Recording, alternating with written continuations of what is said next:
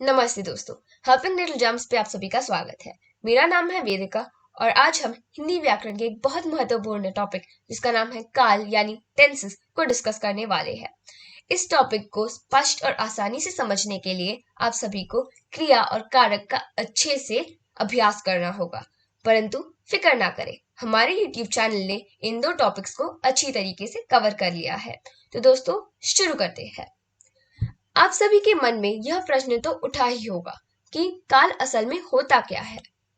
क्रिया के जिस रूप से कार्य संपन्न होने का समय ज्ञात हो वह काल कहलाता है। अर्थात क्रिया के जिस रूप से कार्य के होने के समय का पता चले उसे काल कहते हैं। तो दोस्तों काल को दरअसल समय यानी टाइम कहा जाता है। अतः हर कार्य को एक विशिष्ट समय पर किया जाता है। जो क्रिया को करने का अंतरकाल होता है उसे ही काल कहते हैं। उदाहरण, रमेश कल दिल्ली जाएगा, बच्चे खेल रहे हैं। अब देख सकते हो कि इन वाक्यों में मैंने दो शब्दों को हाईलाइट किया है, जाएगा और रहे हैं। यह इसलिए क्योंकि इन्हीं वाक्यों का काल इन शब्दों में नजर आता है। काल का महत्व। प्रत्येक काल हमें उस समय के बारे में बताता है जब कोई कार्य किया गया है। काल का उपयोग एक ही क्रिया से अलग अर्थ बनाने के लिए भी किया जा सकता है और श्रोता यानी लिसनर को वाक्य के पीछे के अर्थ को समझने में मदद करने के लिए भी उपयोग किया जा सकता है। तो दोस्तों काल के कितने भेद होते हैं? काल के 3 भेद होते हैं।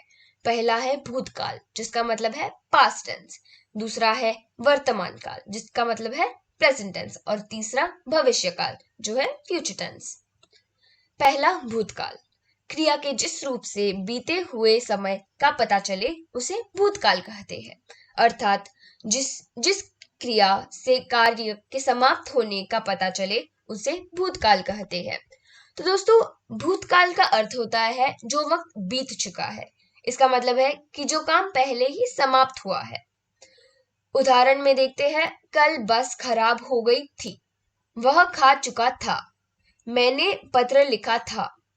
इन वाक्यों से हम यह समझते हैं कि इस काल की पहचान वाक्यों के अंत में था, थे, थी आदि से होती है।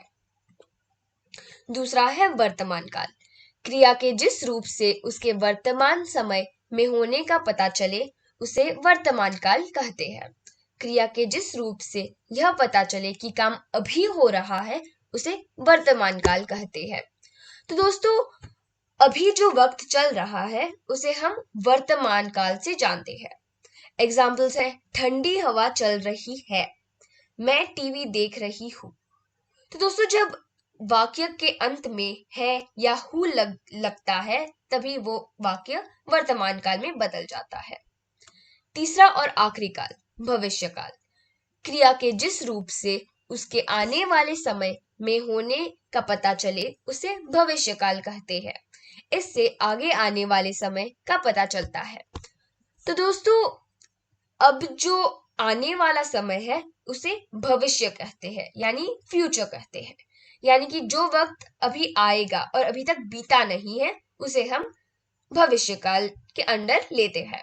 उदाहरण है, मीना घर जाएगी, रोहन डॉक्टर बनेगा, मैं तुम्हें हिंदी सिखाऊंगी।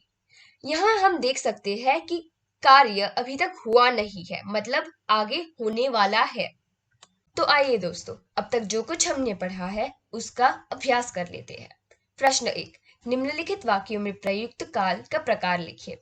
इस प्रश्न में वाक्यों में जो काल इस्तेमाल हुआ है उसका नाम लिखना होगा। पहला, खाना कुछ देर में बन जाएगा। इस प्रश्न में जाएगा शब्द से हमें यह पता चलता है कि खाना अब तक बना नहीं है, अतः वह भविष्य में बन जाएगा। इससे हमें यह पता चलता है कि यह वाक्य भविष्य काल में बदल चुका है।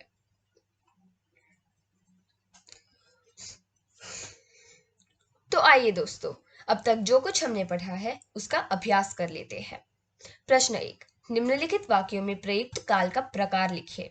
इस प्रश्न में हमें वाक्यों में जो काल इस्तेमाल हुआ है उसका नाम लिखना होगा। पहला, खाना कुछ देर में बन जाएगा। इस वाक्य में जाएगा शब्द से हमें यह पता चलता है कि खाना अब तक बना नहीं है और भविष्य में बनेगा, अतः यह वाक्य भविष्य काल में है। दूसरा, नाना जी कहानी सुना रहे थे।